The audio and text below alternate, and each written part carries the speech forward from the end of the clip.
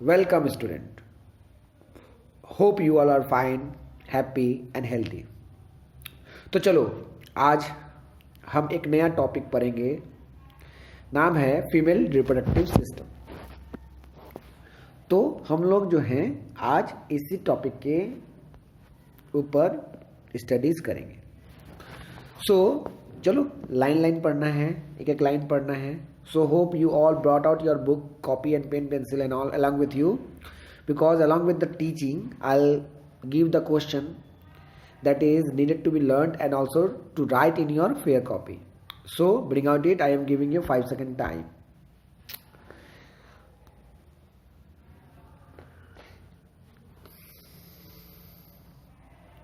Okay, let's start our today's class. The female germ cell. What do you mean by germ cell? What is the meaning of germ cell? Germ cell means gamete. Germ cell का मतलब क्या होता है? Gamete.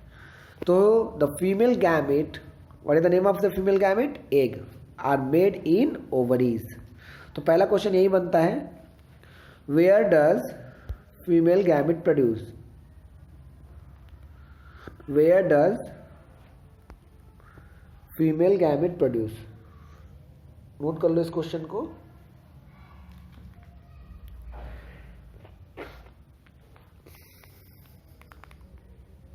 किया. Next,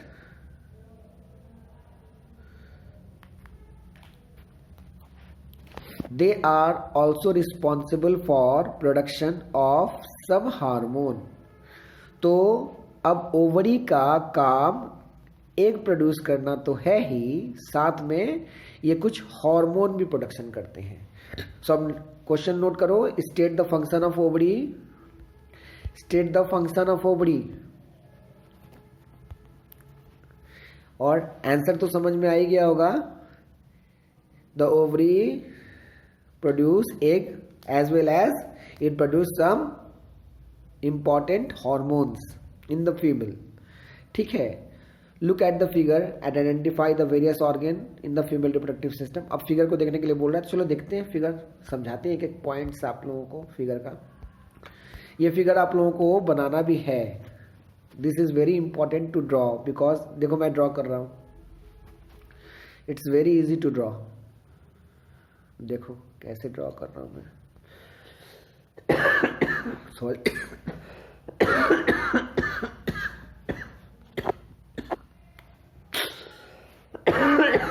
sorry.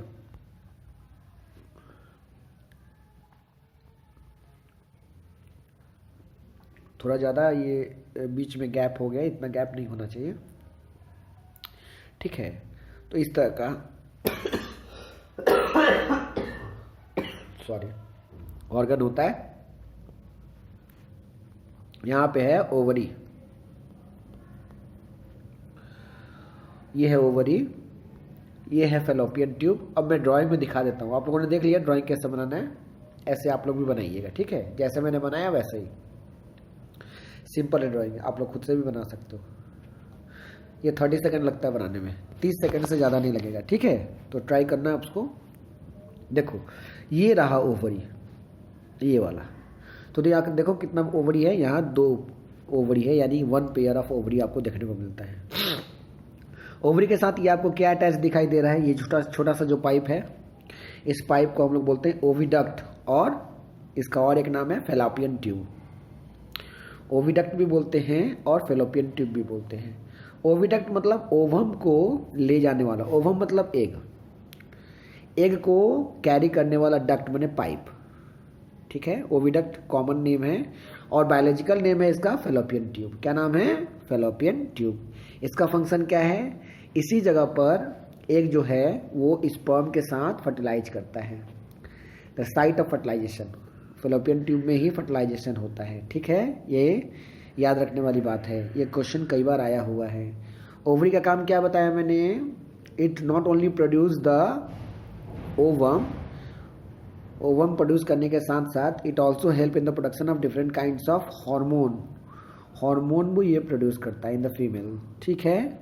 Female के अंदर में hormone भी पैदा करता है. तो ये हमने 2 स्ट्रक्चर्स के बारे में पढ़ लिया. ये बीच वाला रीजन जिसको आप लोग देख रहे हो, इसको हम लोग बोलते हैं यूटेरस.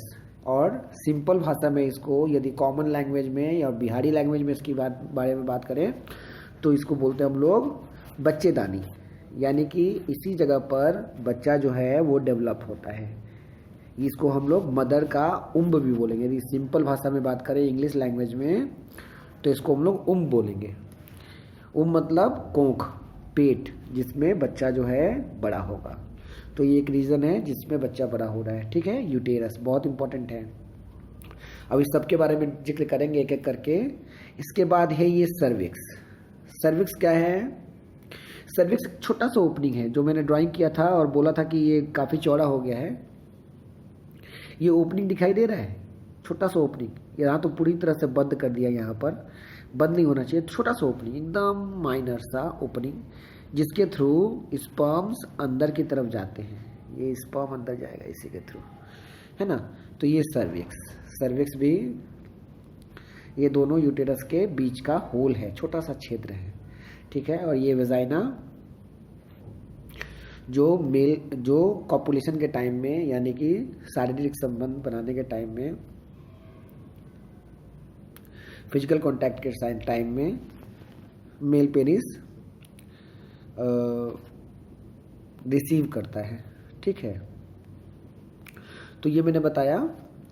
अब हम एक एक करके डिस्कस करेंगे हर एक पॉइंट्स को वेरी क्लियरली। सो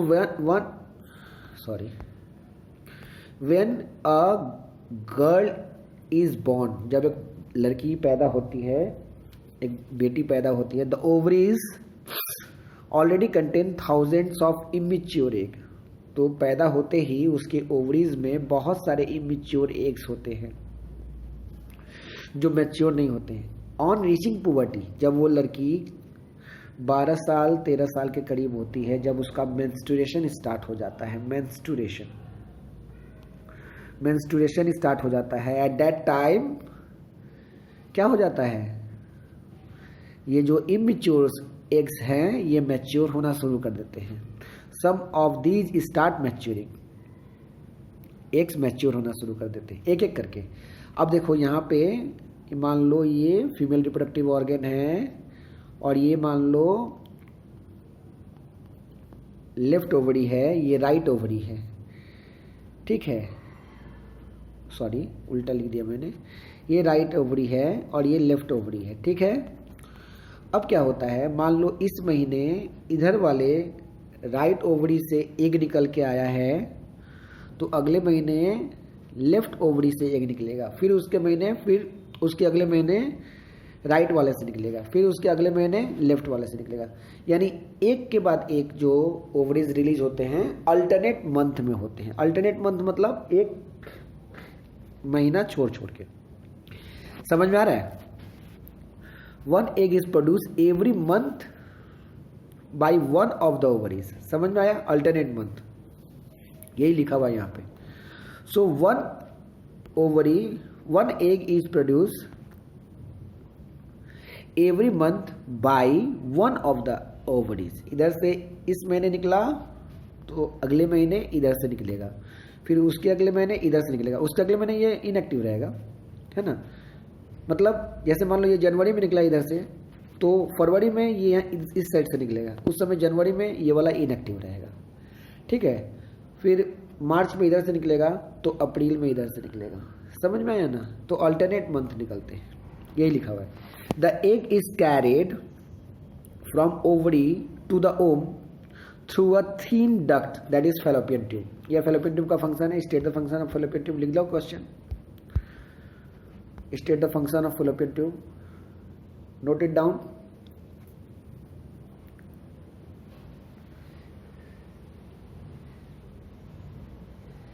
नोट कर लिया? हाँ, वेरी गुड। तो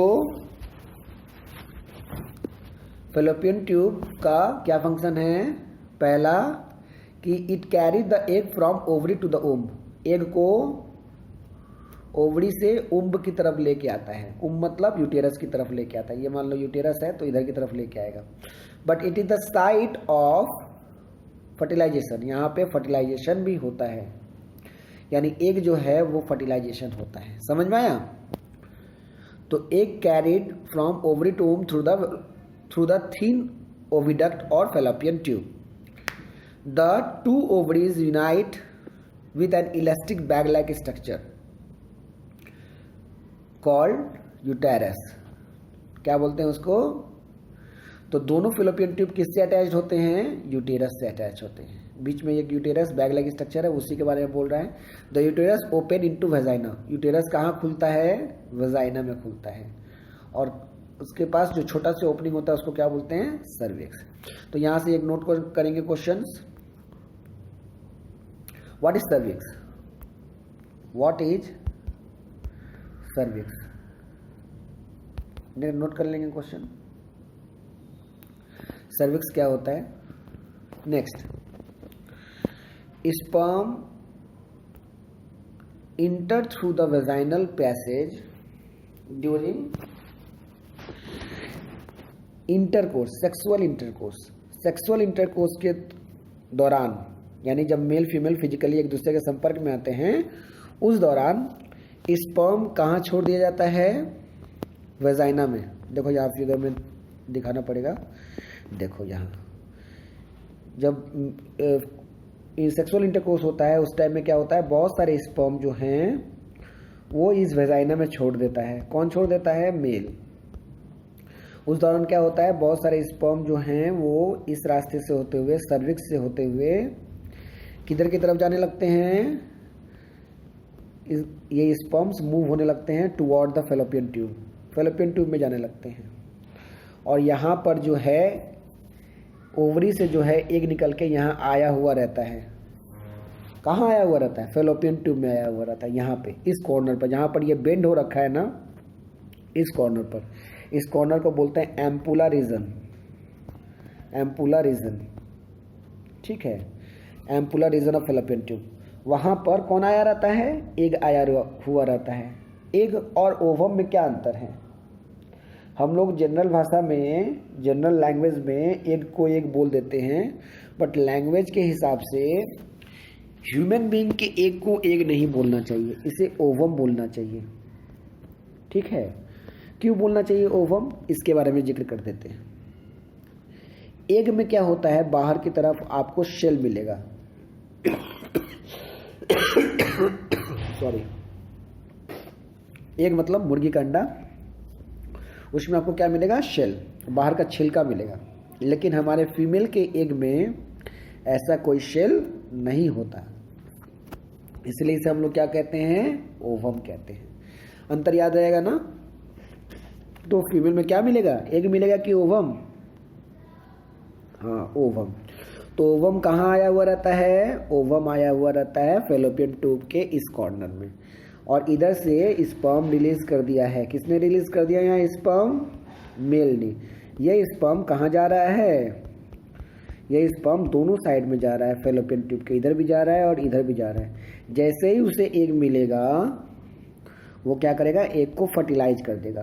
और जैसे ही एग फर्टिलाइज हो जाएगा वो इधर से इधर की तरफ मूव करेगा, यानी कि इस यूटेरस में आ जाएगा एग, ताकि वहाँ पे उसका डेवलपमेंट हो सके. समझ में आया? चलो इसी को पढ़ना है वहाँ. बार बार तो ये फिगर नीचे नहीं ऊपर नहीं कर सकता ना, इसीलिए मैं इसको एक बार अच्छे से एक्सप्लेन कर दिया. तो देखो यहाँ पे क्या लिखा हुआ है?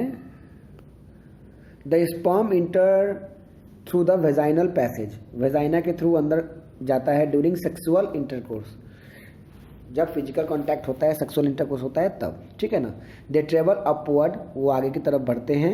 एंड रीच द ओविडक्ट, और कहाँ पहुँच जाते हैं? ओविडक्ट यानी फेलोपियन ट्यूब में पहुँच जाते हैं.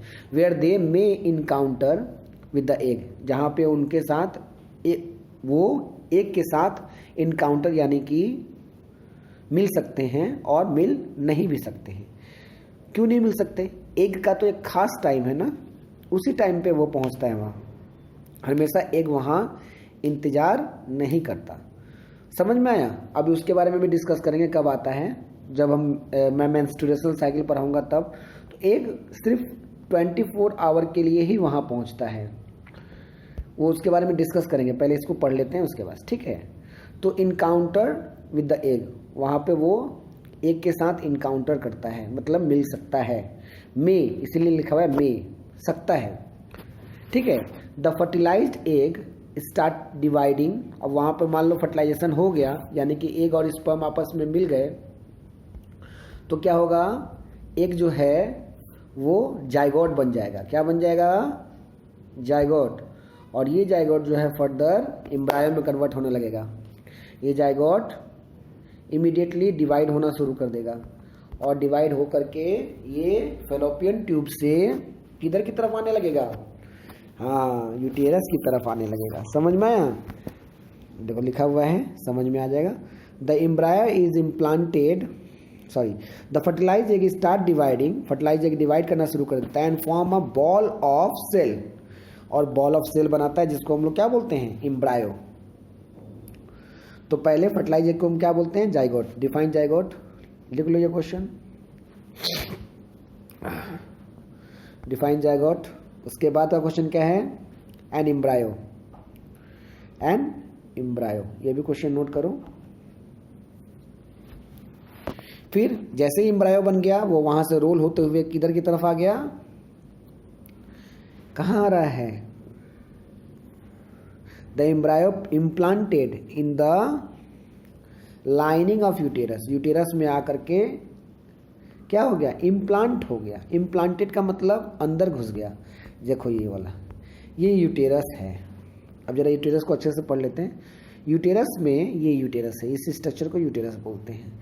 इसमें आपको 3 लेयर्स देखने को मिलेगा। पेरीमेट्रियम, मायोमेट्रियम और इंडोमेट्रियम। ये लाल वाला जो लेयर आप देख रहे हो, ये लेयर हमेशा हर महीने बनता और बिगड़ता रहता है, मतलब टूटता रहता है फिर बनता है। इस रीजन में क्या होता है, ये देखो पूरा रेड दिखा रहा है, यानी कि यहाँ पे बहुत सारा ब्लड आकर के जमा हो रखा है, और इस ब्लड के साथ बहुत सारा फूड मटेरियल आकर के जमा हो रखा है। जैसे ही ये एग यहाँ पे पहुँचा फर्टिलाइज हो करके, ये क्या करते हैं, फट से गड्ढा हो जाता है, यहाँ पर एक ओपनिंग हो जाता है, एक छोटा सा गड्ढा बन जाता है, और इस गड्ढे के अंदर ये एग जो है इम्प्लांट हो जाता है, अंदर घुस जाता है। या तो इस तरफ घुस गया, या इस तरफ घुस गया, या इस तरफ, किसी भी तरफ में वो घुस सकता है। ठीक है। और जैसे ही वो घुसता है, ये जो रेड कलर का आप लाइन देख रहे हैं, जिसको हम लोग, मैंने इसको इंडोमेट्रियम कहा, इंडोमेट्रियम, ये क्या करता है, इमीडिएट उसको क्या सप्लाई करने लगता है? फूड सप्लाई करने लगता है, ऑक्सीजन सप्लाई करने लगता है। ठीक है ना। और यहाँ पे एक स्ट्रक्चर बनाता है, कहीं पर भी, मान लो मैं ऊपर ही बना रहा हूँ, एक स्ट्रक्चर बनाता है जिससे कि बच्चे को सारा का सारा न्यूट्रिएंट्स मिल सके। इस स्ट्रक्चर को हम लोग बोलते हैं प्लासेंटा, है ना। प्लासेंटा बनाता है। प्लासेंटा से 2 पतली पतली ब्लड वेसल्स निकल के आते हैं जो बच्चे के नाभि से कनेक्टेड होते हैं, है ना। नाभि का मतलब, हाँ, अम्बिलिकल से कनेक्टेड होते हैं, और प्लासेंटा से फूड, ऑक्सीजन, है ना, ये सारा का सारा, इसके अलावा कुछ हार्मोन्स वगैरह भी, बहुत सारी चीज़ें जो हैं वो मदर से बच्चे की तरफ आना शुरू हो जाता है। समझ में आया? तो माँ से बच्चे की तरफ बहुत सारी चीज़ें प्लासेंटा के माध्यम से आ गई, और ये इम्प्लांटेशन का काम कौन किया? यूटेरस किया। यूटेरस के अंदर में इम्प्लांट हो गया। कौन इम्प्लांट हो गया? हाँ, एम्ब्रायो इम्प्लांट हो गया। किसी भी साइड में, ऊपर नीचे कहीं पर, जहाँ से भी इम्प्लांट होगा वहीं पे प्लासेंटा बन जाएगा, और उसको फूड सप्लाई वगैरह मिलने लगेगा। ठीक है। चलो आगे बढ़ते हैं। The embryo, sorry,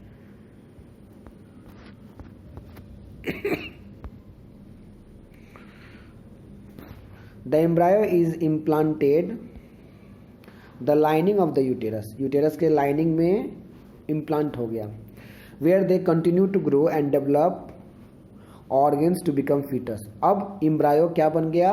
foetus. जैसे ही उसके ऑर्गन निकलने लगेंगे, हाथ, पैर, हार्ट, ब्रेन, ये सब बनना शुरू हो गया, वो क्या बन गया? Foetus. So what is foetus? एक क्वेश्चन नोट कर लो, व्हाट इज फीटस? फीटस क्या होता है? Next, we have seen the earlier section that the mother's body is designed to undertake the development of the child। हम लोगों ने already पढ़ लिया है पहले ही कि माँ का जो बॉडी है वो इसी तरह से डिजाइन किया गया है ताकि वो बच्चे को अच्छे से देखभाल कर सके अंदर से, है ना, उसका डेवलपमेंट कर सके, उसको किसी प्रकार की कोई परेशानी ना हो। Hence the uterus prepare itself every month to receive and nurture the growing embryo. यानी यूटेरस खुद ब खुद इस तरह से हर महीने बदलता रहता है ताकि वो बच्चे के ग्रोथ में और उसको नर्चर मतलब उसको नरिशमेंट देने में किसी प्रकार की कोई कमी न रखे। समझ में आ गया? The lining thicken and is rich supplied with blood to nourish the growing embryo. हर महीने जो है यूटेरस बहुत सारा ब्लड वहाँ इकट्ठा कर देता है। कहाँ इकट्ठा करता है? अपने अंदर वाले वॉल में, जिसका नाम मैंने इंडोमेट्रियम रखा, उसमें, ताकि ग्रोइंग एम्ब्रायो को ब्लड के अलावा बहुत सारा नरिशमेंट वगैरह प्रोवाइड हो और वो अच्छे से डेवलप कर सके। The embryo get nutrition from the mother's blood. Nutrition कहाँ से मिलता है बच्चे को? ये क्वेश्चन बन जाएगा, from where do the embryo get nutrition. Note कर लो इसको।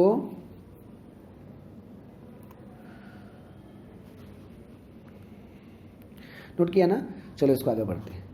The embryo get nutrition from the mother's blood. माँ के खून से उनको फूड मिलता है with the help of special tissue called placenta. और कौन उसको पहुंचाता है? प्लासेंटा। अब यहाँ प्लासेंटा के बारे में कुछ बात की गई है, यहाँ पे डेफिनेशन दिया गया है। It is a disc. Disc मतलब थाली जैसा स्ट्रक्चर बोल सकते हो, प्लेन थाली जैसा structure, disc like structure which is embedded in the uterine wall. Uterine मतलब यूटेरस के वॉल में अंदर की तरफ वो मौजूद रहता है। यूटेरस के वॉल में अंदर की तरफ मौजूद रहता है, जहाँ पर माँ का ब्लड वेसल्स आकर के खुलता है और वहाँ से फिर नए ब्लड वेसल बन करके बच्चे के अंदर जाता है। तो यानी कि ये एक बाउंड्री बना कर रखा है प्लासेंटा। ये प्लासेंटा है जो कि यूटेरस के वॉल में एक बाउंड्री बना कर रखा है।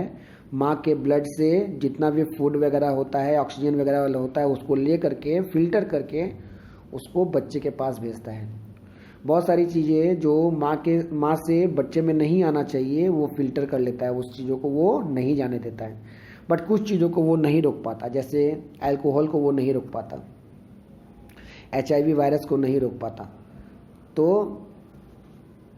ऐसे चीज़ों को ध्यान रखने की ज़रूरत होती है ना। ये लिखा हुआ देखो, it is a disc like structure which is embedded in the uterine wall. तो ये प्लासेंटा का डेफिनेशन हो गया, लिख लो। डिफाइन प्लासेंटा, बहुत इंपॉर्टेंट स्ट्रक्चर है बेटा ये placenta. It contain villi on the embryo side of the tissue. इसके में क्या होता है? विल्ली होता है। विल्ली का मतलब क्या होता है? पतला पतला रेशे जैसा स्ट्रक्चर जो बाद में बच्चे के नाभि से कनेक्टेड हो जाता है। इस विल्ली को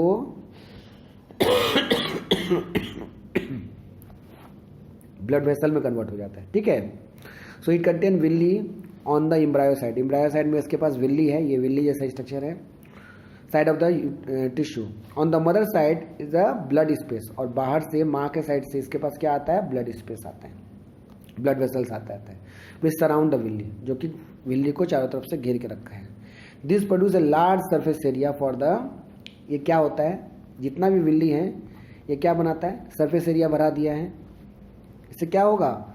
लिखा हुआ देखो, this provides a large surface area for glucose and oxygen to pass from mother to embryo, ताकि ज़्यादा से ज़्यादा ग्लूकोज और ऑक्सीजन माँ से बच्चे में जा सके विल्ली के माध्यम से। समझ में आया? इसलिए विल्ली जो है बहुत पतला पतला हो गया है और वो बच्चे में कनेक्टेड है ताकि ज़्यादा से ज़्यादा उसको पहुँचाया जा सके। The developing embryo will also generate waste. अब देखो, जैसे हमारे बॉडी में वेस्ट बनता है, एक्सक्रीशन में पढ़ा है आप लोगों ने ना, उसी तरह से बच्चे के बॉडी में भी वेस्ट बनता है। तो बच्चा क्या करता है? अपना वेस्ट अपने ब्लड वेसल के माध्यम से, अम्बिलिकल कॉर्ड के माध्यम से, ये जो बीच में ब्लड वेसल है इसको हम लोग अम्बिलिकल कॉर्ड बोलते हैं। अम्बिलिकल कॉर्ड के माध्यम से क्या करता है? माँ के प्लासेंटा में छोड़ देता है। तो क्या क्या वेस्ट प्रोडक्ट निकलता है? वेस्ट प्रोडक्ट के तौर पे यूरिया निकलता है, यूरिक एसिड निकलता है, ये तो निकलता ही है। साथ में निकलता है कुछ सॉल्ट, अलॉन्ग विद दैट निकलता है कार्बन डाइऑक्साइड। तो ये कॉमन एक्सक्रीटरी सब्सटेंसेस हैं जो बच्चे से माँ की तरफ जाता है, बच्चे के बॉडी से माँ की तरफ जाता है। लिखो, दिखाओ, लिखा हुआ है the developing embryo will also generate waste substances which can be remove by transferring them into mother's blood through the placenta. यानी प्लासेंटा के थ्रू ही बच्चे का जो भी वेस्ट प्रोडक्ट बनता है वो रिमूव कर दिया जाता है। जैसे ही माँ के पास जाएगा, माँ क्या करेगी, और माँ के ब्लड के थ्रू हो करके माँ के किडनी में वो चला जाएगा, माँ के किडनी से छन के वो माँ के बॉडी से बाहर निकल जाएगा। तो पूरा का पूरा जो प्रोसेस है वो बहुत सॉर्टेड होता है, बहुत मतलब क्लियरली डिफाइंड होता है, जो कि होता है बॉडी में माँ के, ठीक है ना। The development of the child inside the mother's womb take approximately 9 month. कितने दिनों तक डेवलपमेंट होता है? 270 डेज। ऐसे 270 डेज नहीं बोला जा सकता, इसमें +- 10 होता है, ठीक है, +- 10 the child is born as a result of rhythmic contraction of muscles of the uterus. मतलब जैसे अब मसल्स ऑफ यूटेरस, यूटेरस का जो मसल्स है वो कॉन्ट्रैक्ट होता है और धक्के मारता है, जिससे कि बच्चा जो है वजाइना से होकर के बाहर निकल आता है। तो contraction of muscles of uterus के मसल्स के कॉन्ट्रैक्शन के वजह से ही बच्चा जो है वो पुश आउट होता है, ठीक है। इसको बोलते हैं हम लोग पार्चुरेशन। बहुत सारे टर्म्स मैंने इसमें नहीं आप लोगों को बताए, लेकिन आज के टर्म में आज के डेट में जो भी आप लोगों ने पढ़ा उसके ऊपर मैं एक छोटा सा नोट तैयार करूँ। मैं कोशिश करता हूँ आप लोगों को एक डाटा शेयर करता हूँ आप लोगों के ग्रुप में, ताकि इस चीज़ को और अच्छे से एक्सप्लेन कर सको, आप लोग समझ सको। तो नोट तैयार करो, इफ़ कोई प्रॉब्लम होता है तो मैं हूँ समझाने के लिए, डोंट वरी। ऐसे भी क्लासेस रेगुलर होने वाले हैं, तो उस समय ऐसी परेशानी और होने वाली नहीं है। उस समय मैं ऐसे ही बोर्ड पे आ जाऊँगा तो सारी चीज़ें एक्सप्लेन कर दूँगा, डोंट वरी। जिन लोगों को समझ में नहीं आ रही उन लोगों को मैं अच्छे से और एक्सप्लेन कर दूँगा, डोंट वरी। चलो बाय।